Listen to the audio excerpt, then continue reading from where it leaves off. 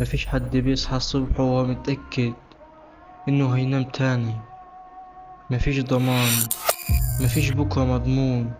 بس انتي صحيت، كل حاجة كانت عادية. بس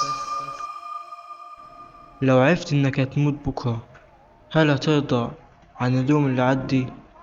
كل الناس اللي ماتت قبلني محدش فيهم كان فاكر إنه اليوم ده آخر يوم. ضحكوا اشتغلوا سابوا نسوا، والموت جه. وانت جاهز؟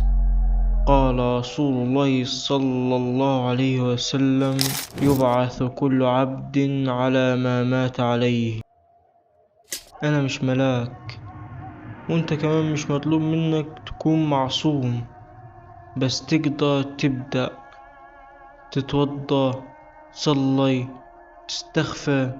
قول يا رب لو ده آخر يوم اجعله بداية مش نهاية. كنت فاكر إنه عندي وقت، بس مفيش وقت.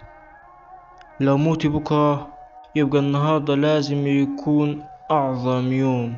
قال تعالى: وسارعوا إلى مغفرة من ربكم. مش لازم تبقى شيخ، بس لازم تبدأ. كلمة طيبة، نظرة حنينة، يمكن تكون دي آخر حاجة في صحيفتك فتدخل بيها الجنة. أنا حاولت، صليت، استغفرت، ندمت، بدأت. ولو الموت جالي، يبقى قبلني بأحسن يوم في حياتي. اللهم اجعل آخر كلامنا لا إله إلا الله.